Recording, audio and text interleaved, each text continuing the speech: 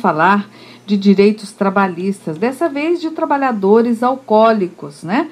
Tem até um projeto de lei que assegura direitos de dependentes de álcool em trâmite no Senado Federal. Mas nós vamos conversar com uma advogada agora para falarmos sobre o tema. É a doutora Rita de Cássia Vivas, que é consultora, coordenadora e tutora de curso de pós-graduação em Direito da POSEAD. Doutora Rita, bom dia, é um prazer tê-la conosco. Bom dia, Luísa e ouvintes.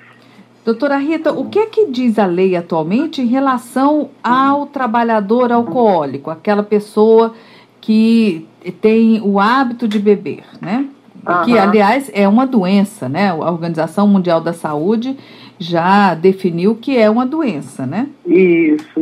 Hoje vigora o artigo 482 da CLT, que na linha F disciplina como justa causa, uma das hipóteses de justa causa, a embriaguez habitual ou em serviço.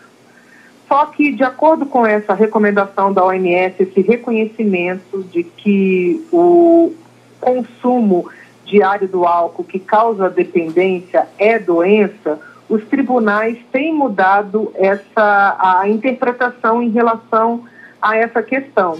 Tanto assim que há um projeto de lei já aprovado na Câmara e ainda falta agora no Senado, né, que ele visa modificar exatamente essa linha F do artigo 482 da CLT, que eles o objetivo é retirar a embriaguez habitual, porque a embriaguez habitual agora ela é vista como uma dependência química, e deixar apenas a embriaguez em serviço, que é aquele usuário ocasional, né, que não é o dependente propriamente dito. Para esse que usa ocasionalmente, conscientemente do que está fazendo, é tido como um desvio de conduta, então ele pode ser capitulado no artigo 482 da CLT, a linha F, consequentemente ser demitido por justa causa.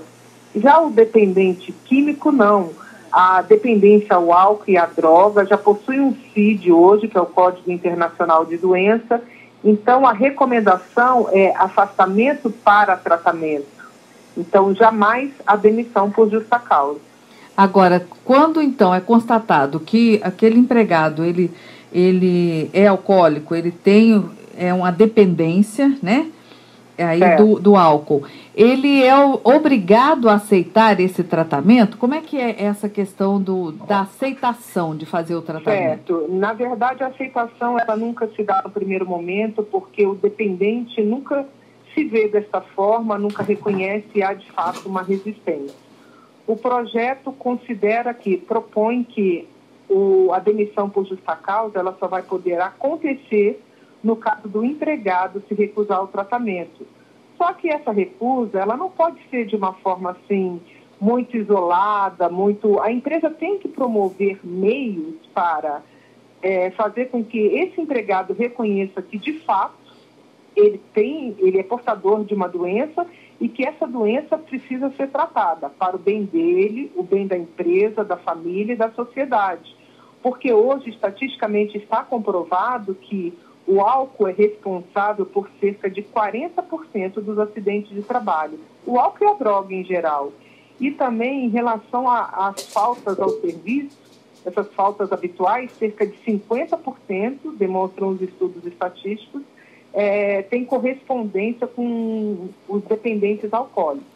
De modo que a recomendação é essa, as empresas devem promover meios, jamais hostilizar o empregado ou demiti-lo a esse pretexto, porque a jurisprudência dos tribunais já se encontra praticamente pacífica nesse sentido. O dependente do álcool e da droga, eles requerem tratamento e não essa demissão sumária. Então, há casos, até no TST, de empregados de grandes empresas que recorreram à justiça e conseguiram a reintegração com o pagamento dos salários e com secretários todos desde o afastamento, uma vez que não era o caso de demissão sumária, e sim de afastamento para tratamento. O projeto, inclusive, que aguarda a aprovação do Senado, ele propõe a modificação no artigo 482 da CLT, como eu já havia dito, na linha F, além também da Lei 8.112 de 90, que é o Estatuto do Servidor Público, E essa lei, ela não trata da demissão por justa causa do usuário alcoólico, mas ela fala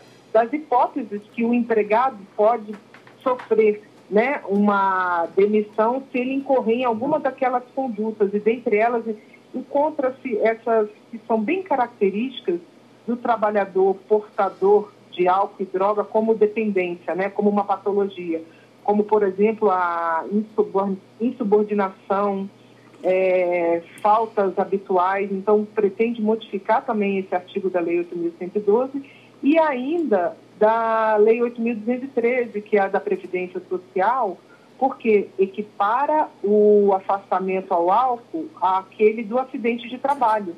Então, na verdade, ele requer tratamento, é uma doença, é uma patologia, precisa de tratamento. Muito bem. Então, o objetivo principal é tratar o doente, né? Tratar o doente.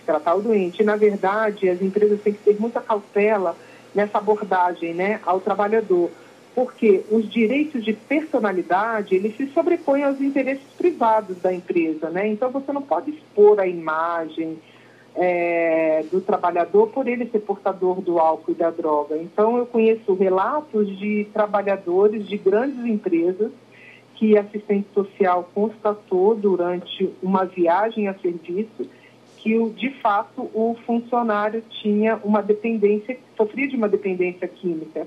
E a abordagem ocorreu de uma forma absolutamente discreta, onde esse funcionário, nos primeiros momentos, nos 3 primeiros dias, se recusou a reconhecer e a tratar, e posteriormente aceitou, se afastou para tratamento. Os colegas de trabalho achavam que ele estava fazendo um curso, e ele achou que a vida dele profissional ali teria o fim, né? Porque reconheceram que eu sou dependente químico.